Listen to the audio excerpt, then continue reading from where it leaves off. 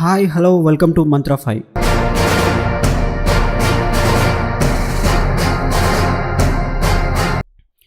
AP ఎన్నికల్లో గట్టి fight ఉంటుంది. ఇది అందరికీ తెలిసిన విషయమే. కానీ సర్వే సంస్థలు మాత్రం వైసీపీకి అనుకూలంగా ఫలితాలు ఇస్తున్నాయి. మరికొన్ని సంస్థలు టీడీపీ కూటమిదే అధికారమని తేల్చి చెప్తున్నాయి.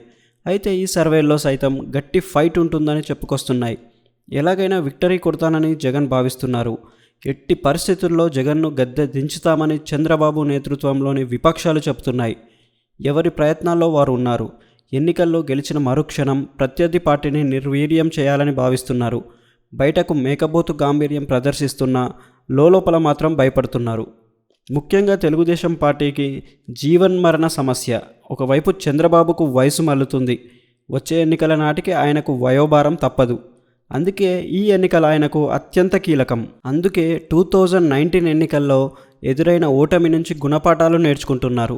విపక్షాలతో పొత్తు పెట్టుకుంటున్నారు. సీట్ల సర్దుబాటు చేసుకుంటున్నారు. కేంద్ర ప్రభుత్వం సహకారాన్ని పుష్కలంగా అందుకుంటున్నారు. వ్యవస్థల పరంగా మేనేజ్ చేస్తున్నారు. అయినా సరే ఎక్కడో ఒక చోట భయం ఆయన్ను వెంటాడుతుంది. తప్పకుండా అధికారంలోకి వస్తామని చెప్తున్నా ఫుల్ కాన్ఫిడెన్స్ ఆయన ముఖంలో కనిపించడం లేదు. ఏపీ సీఎం జగన్ది అదే పరిస్థితి. 175 అన్న నినాదంతో ఆయన ముందుకు వెళ్తున్నారు. కానీ ఇప్పుడు మ్యాజిక్ ఫిగర్ 90 వస్తే చాలు అన్న రీతిలో వైసీపీ నేతలు ఉన్నారు. క్రమేపీ ఆయనలో కాన్ఫిడెన్స్ తగ్గుతుంది. అయితే ఆయనకు వయసు ఉంది. మరో 2 దశాబ్దాలు రాజకీయం చేయగలరు. ఒకవేళ చంద్రబాబు అధికారంలోకి వచ్చి ఇబ్బంది పెట్టినా తట్టుకోగలరు. గతంలో కాంగ్రెస్ పార్టీ ఎన్ని రకాల ఇబ్బందులు పెట్టిందో తెలియంది కాదు. దాదాపు 16 నెలల పాటు జైలు జీవితం కూడా అనుభవించారు. ఇప్పుడు ఆయనకు వేధిస్తే కొత్తగా ఇబ్బంది పడే పరిస్థితి ఉండదు. జగన్ ప్రతిపక్షానికి సైతం సిద్ధంగా ఉన్నారని సన్నిహితులు చెబుతున్నారు. ఒకవేళ ఈసారి అధికారంలోకి రాకున్నా వచ్చే ఎన్నికల్లో విజయం అందుకుంటానన్న ధీమా జగన్లో కనిపిస్తుంది. అయితే జగన్తో పోల్చుకుంటే చంద్రబాబు పరిస్థితి విభిన్నం. ప్రస్తుతం ఆయన వయసు 75 సంవత్సరాలు. 2029 ఎన్నికల నాటికి ఆయన వయసు 80 సంవత్సరాలు.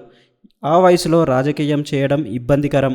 అందుకే ఈ ఎన్నికల్లో గెలిచి కుమారుడికి పట్టాభిషేకం చేయాలని చంద్రబాబు నాయుడు భావిస్తున్నారు.